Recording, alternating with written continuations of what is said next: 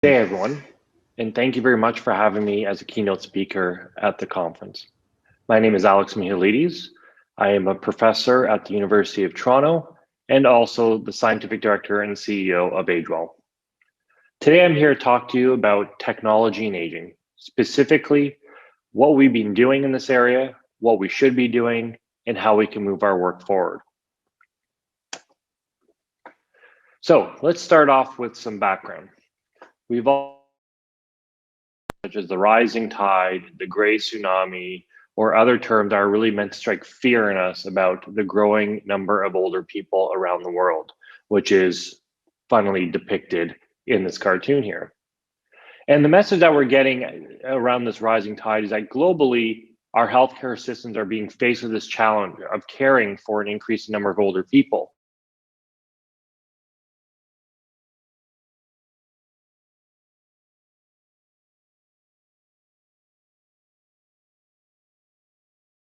30 years with something like dementia, which would have been unheard of even a couple of decades ago.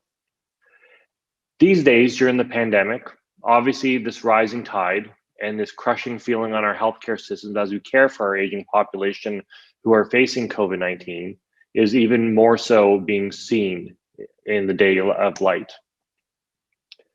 Now, one thing I want to show is that Canada is not unique from this situation.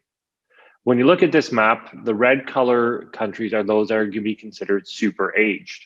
That is those countries where more than 1/2 or 1/3, I apologize, of the population will be over the age of 65. Now, typically we think of super aged countries as those in Asia, as you can see here, and other parts of Europe. But as you can see, Canada is also going to be one of those super aged countries. Now, in order to further complicate things, so we have an increasing number of older people and lower resources that we have available to care for these older people. To throw a further wrench into this whole situation is the fact that there's actually fewer people to look after these individuals as well.